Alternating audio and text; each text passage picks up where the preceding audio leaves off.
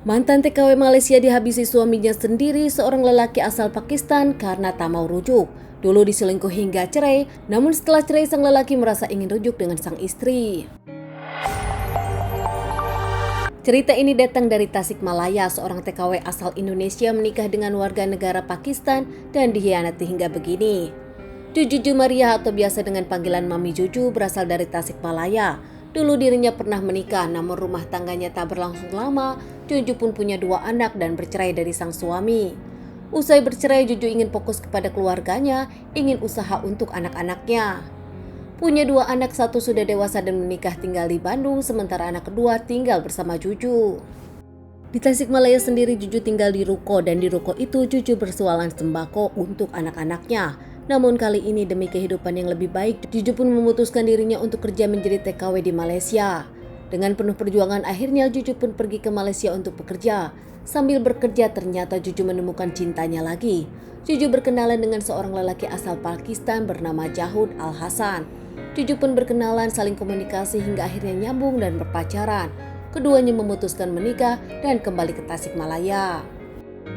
Di Tasikmalaya, Juju dan sang suami pun memulai usaha baru. Dirinya menambah usaha baru karena dapat uang dari hasil TKW kemarin.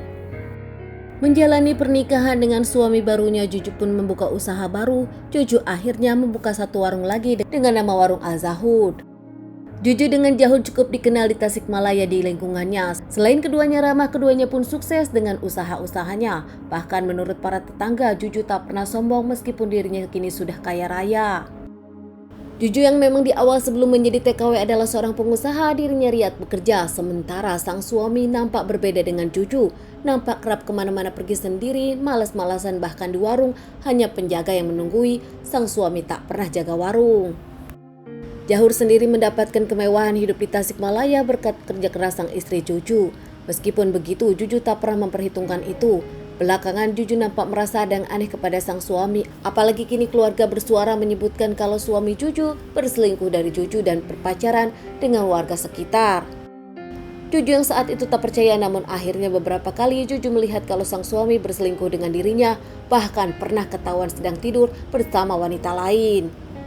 Hingga akhirnya puncaknya, Juju tak terima dengan pelakuan sang suami karena sang suami kegerebek Satpol PP dan Satpol PP menghubungi Juju untuk meminta tanggung jawab Juju mengeluarkan sang suami dari tahanan. Dengan semua pengkhianatan yang dilakukan sang suami Jahur, akhirnya Juju pun meminta cerai dan keduanya bercerai. Bahkan saat itu Juju memberikan uang kepada Jahur agar bisa lepas dari dirinya sebagai harta gonogini. Pernikahan Jahur dengan istri barunya pun dilakukan dengan uang Juju senilai 50 juta dengan warga Ciamis yang Juju tahu wanita tersebut adalah wanita selingkuhan Jahur. Tak selesai beberapa bulan setelah bercerai, nampaknya Jahur menyebutkan kalau dirinya ingin balikan lagi dengan Juju dan menyebutkan kalau dirinya masih punya hak atas harta-harta Juju. Sontak saja Juju tak mau mendengar ocehan-ocehan Jahur. Setiap Jahur menelpon dan WhatsApp tak pernah dihiraukan oleh Juju yang ingin lepas dari bayang-bayang Jahur, yang ingin fokus kepada usaha dan juga kepada keluarganya. Jahur yang terus-terusan menelpon Juju dan ingin bicara dengan Juju tapi dicuekin Juju. Akhirnya Jahur pun datang langsung ke ruko Juju. Di ruko saat itu tak ada orang hingga akhirnya Juju dan Jahur pun berbicara 2 orang saja. Meski Jahur datang, nampaknya Juju pun tak peduli dan tak pernah mendengar. Hingga akhirnya Jahur pun kesal dan menyiksa Juju. Tak sampai saat itu, Juju pun diikat oleh Jahur, ditikam oleh Jahur, dan kulit Juju pun disileti oleh Jahur. Jahur yang berselingkuh dari Juju, namun saat bercerai Jahur tak terima. Jahur mengungkapkan kalau dirinya masih menyukai Juju, masih menyayangi Juju. Bahkan yang membawa dirinya ke Tasikmalaya adalah Juju. Hingga saat ini, Jahur pun tak terima kalau Juju tak mau rujuk dengan dirinya, hingga akhirnya melakukan kekerasan kepada Juju.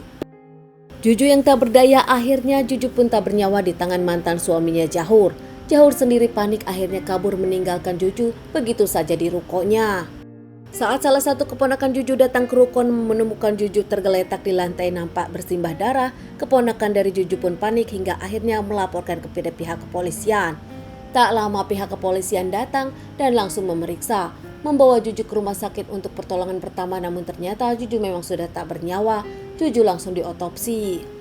Juju sendiri meninggal karena dirinya mendapat banyak tikaman hingga mengeluarkan banyak darah dan dirinya tak bisa bernapas. Pihak kepolisian menyelidiki kasus ini dan mendapatkan saksi ada Jahur keluar dari ruko saat itu adalah orang terakhir yang melihat Juju. Para saksi juga mengungkapkan kalau Jahur memang ingin balikan lagi bersama mantan istrinya Juju, namun Juju selalu menolak.